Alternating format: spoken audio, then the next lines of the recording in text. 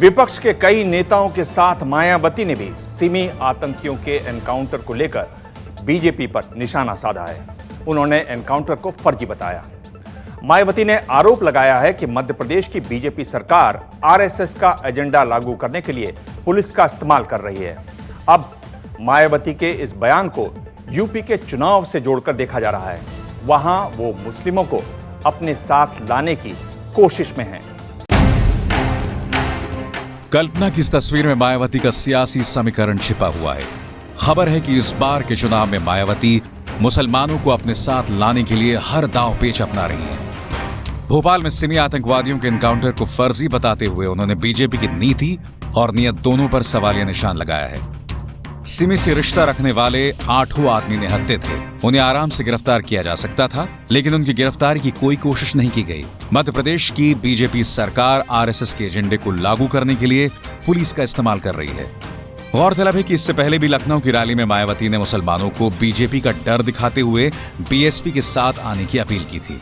हम मुस्लिम समाज के लोगों को यहाँ उत्तर प्रदेश में खासकर बीजेपी को सत्ता में आने से रोकने के लिए अपना वोट सपा व कांग्रेस पार्टी को न देकर इन्हें एक तरफा अपना वोट केवल बीएसपी के ही उम्मीदवारों को देना है। मायावती के इस बयान के बाद साफ हो गया था कि वो इस चुनाव में राज्य के 20% मुस्लिमों को अपने साथ जोड़कर दलित और मुस्लिम में एक नया सियासी गठजोड़ तैयार करना चाहती हैं। पिछले चुनाव में उन्होंने ब्राह्मण और दलित गठजोड़ तैयार किया था, लेकिन दयाशंकर सिंह के गाली कांड के बाद उन्होंने अधिकतर ब्राह्मण उम्मीदवारों के टिकट काट दिए और खबर है कि काटे गए अधिकतर टिकट मुस्लिम उम्मीदवारों को दे दिए गए। अपने नए जातिगत समीकरण को साधने के लिए मायावती एक साथ 2 मोर्चों पर काम कर रही हैं। पहले मोर्चे पर मायावती मुस्लिमों को समझा रही हैं कि इस बार यूपी में चुनावी मुकाबला बीजेपी और बीएसपी के बीच है।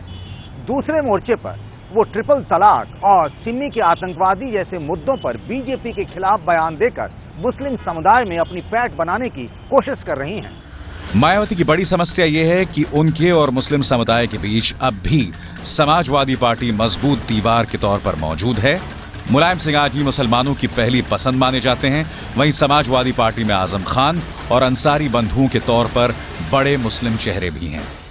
पिछले सप्ताह जब मैं मायावती से मिला तो उन्होंने फ्यूचर प्लानिंग के बारे में खुलासा करते हुए बताया कि बहुत जल्द वो एक बुकलेट जारी करने वाली हैं, जिसमें विस्तार से बताया गया है कि उनके राज में उन्होंने दंगा नहीं होने दिया और साथ ही उन्हें मुस्लिमों को आरक्षण देने की कोशिश भी की थी।